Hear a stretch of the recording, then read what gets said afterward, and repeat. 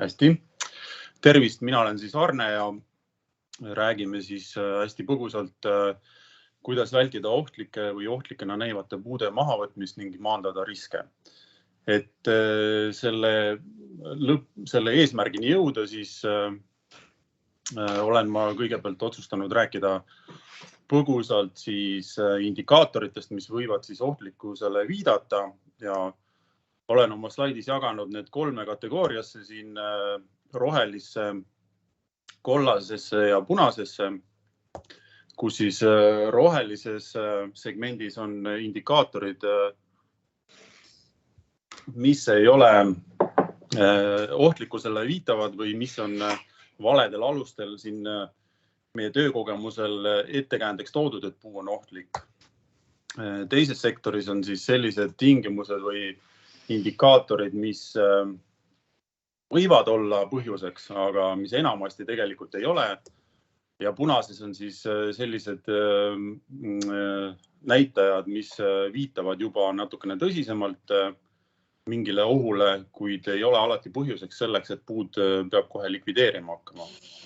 Et esimeses rohelises siin segmendis on võib-olla mõned natukene arboristile või kui selles valdkonnas olevale inimesele võib-olla veidi naeruväärsed, aga need on sellised ettekäänded, mida meie oma igapäevatöös nagu näeme, et tuleb kõne või meil sisse ja siis keegi ütleb, et tal puulehed kukuvad ja oksaraod puude pealt ja puu on ohtlik, et see tuleb likvideerida, et siis mina väidan, et siin ei ole puu ohtlikkusega midagi tegemist. Teine on mure inimestel tihti, et käbid või tammetõrud või hobukastoni munad kukuvad alla, et siis väidetakse, et puu on nii ohtlik, et peab likvideerima, et pigem on siin küsimus selles, et ei pea siis selle puu alla võib-olla otseselt autosid parkima, kui nii on, aga me ei saa nagu öelda siin, et puu oleks ohtlik. Kui puu tuule käes kõigub, siis see on üsna loomulik ja väiksemate tuultega kõigub puu vähem, suurtemate tuultega rohkem. Et see ei ole ka mingi tegur, mis näitaks puu ohtlikkust. Liigume edasi, siis tihtipeale on puu kellelegi ette jäänud, et ta ei saa sealt alt, ma ei tea, muru niita või püsti läbi käia, siis väidetakse, et puu on ohtlik, tuleb likvideerida. Mis ei vasta ka nagu selles mõttes tõele, et pigem on siin mugavuse küsimus inimesel. Kui puu jääb ette ehitusele, siis me ei saa rääkida siin ka, et puu oleks ohtlik, vaid kui aeg-ajalt ikkagi tulevad uusarendused ja tihtipeale midagi muud üle ei jää, siis tuleb puid likvideerida, aga hea oleks siis näha asemele mingisugused asendusistutused, kuidas kompenseerida neid maha võetud puid. Aga siin ei saa me rääkida jälle puu ohtlikkusest kui sellisest. Ja teinekord on ka tulnud ikkagi selliseid asju, et naaber ütles, et puu on ohtlik. Et siin on muidugi nii ja naa, et kui naaber on hea ekspert, siis võib see nii olla, aga enamalt jaolt on niimoodi, et on see mingi naabrite vaheline probleem, et kellelegi ei meeldi, et naabermaal oleva puu mingid lehed või tammetõrud või oksasodi tema hoovi kukub. Et siis nende kohtade peal ma julgeks väita, et enamalt jaolt ikkagi ei ole küsimus puu ohtlikkuses.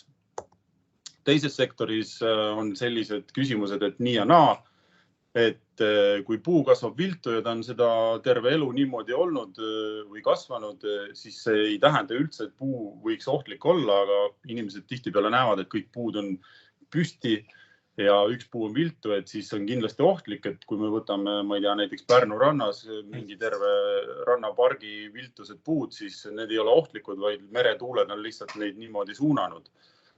Aga samas, kui me näeme mingid viiteid selliseid, et on tõendid, et on hiljuti viltu vajunud või maa sees on näha maapinna liikumist või pragusid, siis see võib nii olla, et puu on ohtlik.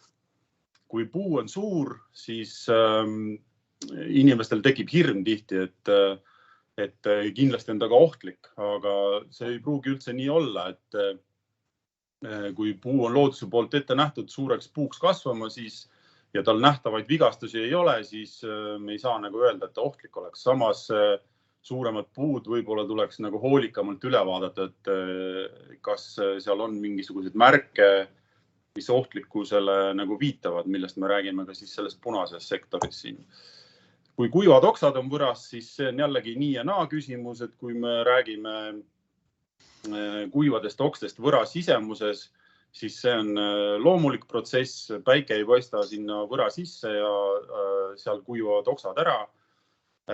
Kui me räägime kuivadest okstest võra välispiiril, siis see viitab tõenäoliselt mingisugusele probleemile juurestikus tavaliselt. Ja siis peab juba edasi vaatama, mis põhjusel siis need mingid probleemid seal tekkinud on, aga see ei tähenda ka jälle, et puu sellepärast siis kohe peaks maha võtma hakkama. Et seal on palju teisi tegevusi, mida teha ja sellest me järgmises lõigus räägime. Sellised tõsisemad indikaatorid, mille puhul kellukene peaks helisema hakkama ja peaks nagu põhjalikumalt uurima, et kui ma korra vaherepliigina, et kellelgi on mikrofon siis ja see köha ja kõik kostab läbi. Et läbikaevatud juured on üks selline tegur, millel tähelepanu võiks juba natukene kõrgendatud valmisolekus olla. On küll ette nähtud mingisugused kaugused, et kui kuskilt puust kaugemalt lõikad, et siis väga palju tänast seisukindlust ei mõjuta, aga samas tähelepanelik tasub siin olla. Kui me näeme puutüvel juba lõhesid ja pragusid, siis samamoodi tuleks tähelepanu kõrgendada selles mõttes, et vaadata, kui ulatuslikult need lõhed ja praod seal on ja kui palju see mõjutab selle puu tänast seisukindlust. Ja tuleks iga puu puhul seda eraldi vaadata, et siin ka ikkagi panen rõhu sellele, et kui me näeme lõhesid ja pragusid, siis see ei tähenda kohe seda, et me peaksime saega sinna jooksma hakkama ja maha võtma. Kui me näeme tüve õõnsuseid, siis samamoodi märk sellest, et tüves on mädanik, aga puul, nagu Sulev ka rääkis, on siiski mingisugused oma nagu võimekused ennast seal taastada ja teinekord on sinna kompensatsioonipuitu kasvanud ja äärmuslikel juhtudel isegi suudab puu tüve õõnsusesse ise tekitada uue kaitsekihi või uue koore. Et siin samamoodi peab ikkagi täpsemalt seda analüüsima, et kui suures ulatuses ja kui ohtlik see küsimus seal on. Topeltladvad on kogemuse põhjal öeldes üks mitmearvuliste puude siis põhilisem niimoodi, kuidas öelda, ohtlikkuse aste või selline koht, kus siis mingid õnnetused võivad juhtuda, et nendele peaks nagu eriliselt tähelepanu pöörama, sest üsna harva murdub puu kuskilt juurekaelalt, enamalt jaolt mingid õnnetused juhtuvad siis, kui ei ole tehtud hooldustegevusi ja siis mõni haru nagu murdub puult maha.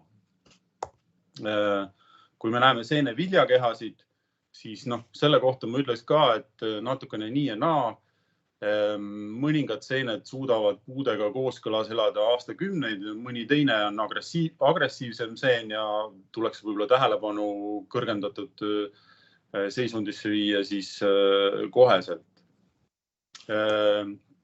Kui puu juurekaela ei ole näha, siis see võib viidata asjaolule, et maapind on tõstetud, selle tagajärel tõenäosus on suur, et puu juured ei saa piisavalt õhku ja võib olla tekkinud mingisugune juuremädanik. Ja ka valesti hooldatud puud võivad olla ohtlikud, et kui teadmatusest või lohakusest on liigselt puuvõra seest eemaldatud oksi ja on jäetud nii-öelda lõvisaba oksad alles, kus siis kõik tüvelähedased oksad on eemaldatud ja haru otsas on ainult mingi tutt, siis järgmise ekstreemsema ilmastikutingimuse korral võivad need lihtsalt murduda. Et kõikide nende tingimuste puhul tuleks ikkagi vaadata seda nagu olukorrapõhiselt ja ühtegi seda välja toodud ka punase sektori asja ei viita sellele, et peaks nagu kohe hakkama maha võtma puid. Mida selle teadmisega siis peale hakata? Et siinkohal tulebki appi meil see puittaimed haljastuses osa 4 puuhooldustööd, millest Sulev ka juba põgusalt rääkis ja mõned lühikesed segmendid nagu kattuvad, aga see ongi hea, et natukene saab kinnistada, et viidata, mida standardist hea kasutada oma töös on. Ja mina viitaksin siis hoolduslõikuse osale siin, mis on punkt 5.4.1.3. Ja siin on siis välja toodud erinevad puuhooldusvõtted, lõikusviisid, võra puhastamine, mille käigus siis tavaliselt eemaldatakse puuvõrast kuivad oksad, ristuvad, vales suunas kasvavad oksad ja ka teinekord linnaruumis lendlevad mingisugused kilekotid ja nii edasi. Sellised asjad puhastatakse võrast ära. Võra arvendamise puhul siis tulen selle eelmise võra puhastamise juurde tagasi, et sellise lõikuse puhul võra parameetrid ei muutu. Võra arvendamise puhul siis, kui on väga tiheda võraga puu, siis eemaldatakse vajadusel oksad kas tüvelt või siis jämedate arude pealt. Võra tõstmine. Siinkohal on siis mugavuse küsimus näiteks sellel muruniitjal, kes siis võib tahta püstijalu oma puu alt läbi käia või siis linnaruumis on see oluline küsimus kõnniteede ja sõiduteede kohal, kus siis puude alumised oksad tuleb eemaldada lihtsalt selle tõttu, et sõidukid või siis jalgratturid ja jalakäijad saaksid ohutult liigelda. Võra vähendamine, mis on niisugune juba rohkem spetsiifiline töö ja mis nõuab ka töö teostajalt rohkem ressurssi ja on keerulisem teha, sest ta peab puuvõras siis nende oksa otste poole liikuma ja füüsiliselt on see tegevus raskem, on siis puuvõra parameetrite vähendamine selle välispiirilt. Ja see on üks oluline siis selline hooldusvõte, mis siis maandab puust tulenevaid siis ohuriske, et purjepind selle võrra väheneb ja ekstreemsemad ilmastikutingimused ei mõjuta siis puu sellist ohutust. Et võra taastamine on siis, kui looduse poolt või teadmatusest on tekkinud mingisugune suurem murdumine või haru on ära murdunud, siis on hooldusvõtted, mida saab kasutada selleks, et seda võra püüda taastada. Võib-olla kõige lihtsam näide on, et kui mõned 10 aastat tagasi tehti erinevates linnades selliseid latvade mahalõikamisi või köndistamisi, siis nendest paljudes kohtades on moodustatud tänaseks mingisugused nudipulaadsed puud või siis ka mingid vormipuud. Kõiki neid hoolduslõikusi saab teha teatavate lõigetega, mis on ka standardis ilusti nagu välja toodud. Seal on kärpimislõige, seda saab sealt siis lähemalt lugeda täpsemalt, mida need lõiked kõik tähendavad, aga miks ma need välja tõin, on siin see, et see standard annab hea võimaluse siis tööde tellijal nagu püstitada lähteülesanded korrektselt õigete terminitega niimoodi, et siis töö teostajal on samamoodi standardist võimalik vaadata ja selgeks teha endale, et mida siis töö tellija nagu soovib. Ja siin on võimalik minna nii kaugele, et tuleb teha seda hoolduslõikust selliste lõigetega näiteks. Kui täpseks minna on mõtet, see on ise küsimus.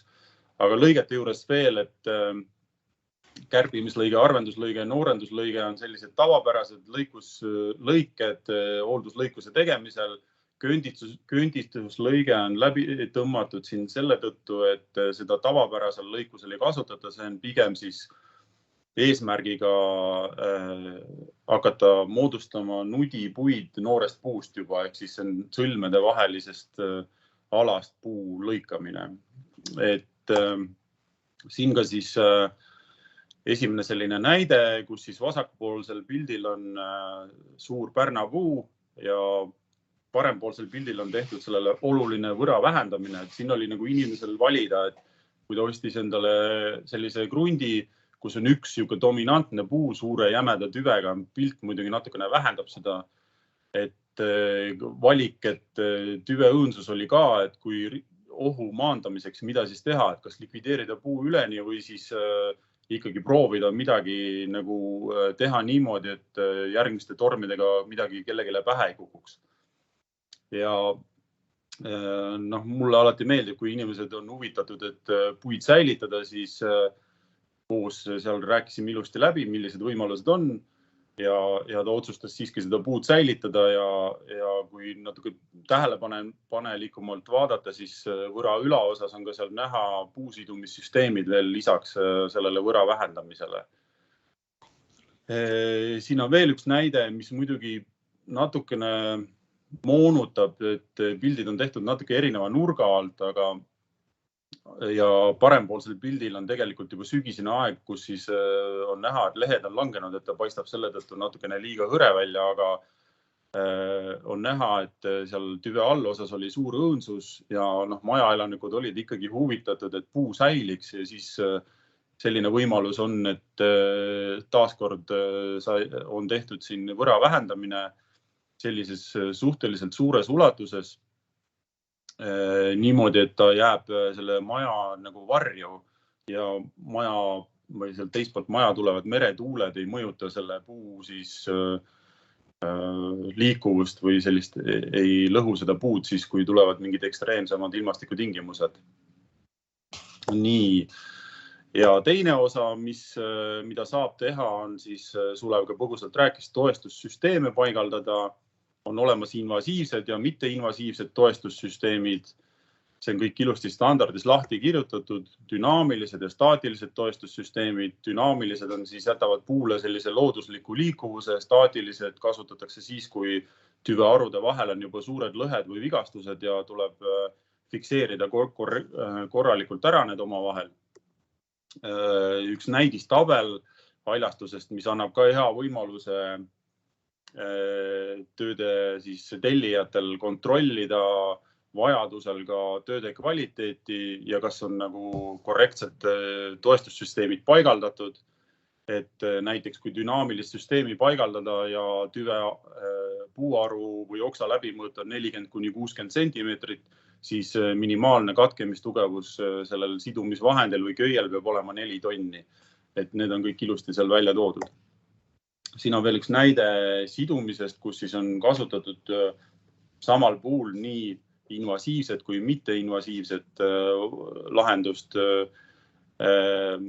Siin on näha mittesertifitseeritud puusidumissüsteem, mis siis sai välja vahetatud seal.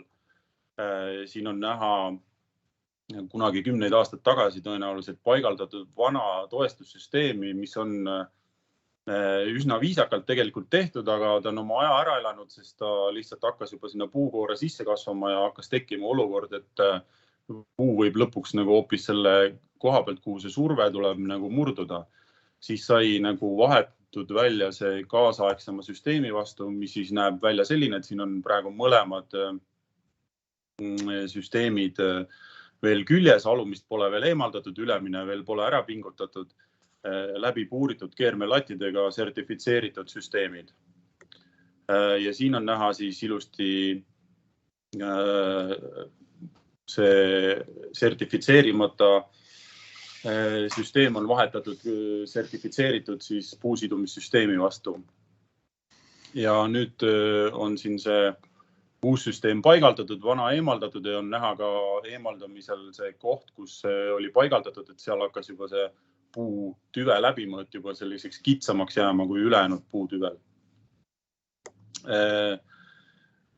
Veel üks näide, kus siis üsna suure lõhega puu on tegelikult mitmekordselt siin toestatud puuvõrast mitteinvasiivsete vahenditega. Lähedalt vaadates näeb see siis selline välja. Sellel puul on seal mitu süsteemi, et sellest ühest korrast lihtsalt ei piisa. Ja siit veel lähedalt vaadates siis, kuidas see sidumine välja näeb. Et kui see nüüd kõik kokku võtta, siis tahan öelda seda, et väga-väga paljusid suuri ja väärtuslikke puid saab edukalt säilitada, isegi siis, kui neil on mingid nähtavad vigastused, et sellepärast ei tasu kohe endast välja minna, kui on mingisugused õõnsused või praod või mis iganes seal. Tegelikult tuleks olukorra põhiselt igal pool analüüsida, et kui suured need vigastused on ja kas need on ohtlikud päriselt või mitte. Ja sõnum on, et standard on suurepärane abivahend lähteülesannete püstitamiseks ja hangete koostamiseks, kus saab nagu terminid ühtlustada nii siis töö tellija kui ka töö teostaja poolt. Ja ühtlasi ka on standardis väga hästi välja toodud erinevad punktid, lõiked, milliseid vahendeid kasutada. Ja see on hea töövahend selleks, et ka töö tellija saaks kontrollida, et kas näiteks puusidumisvahendid on paigaldatud korrektselt ja õigete siis tonnaažidega. Tänan.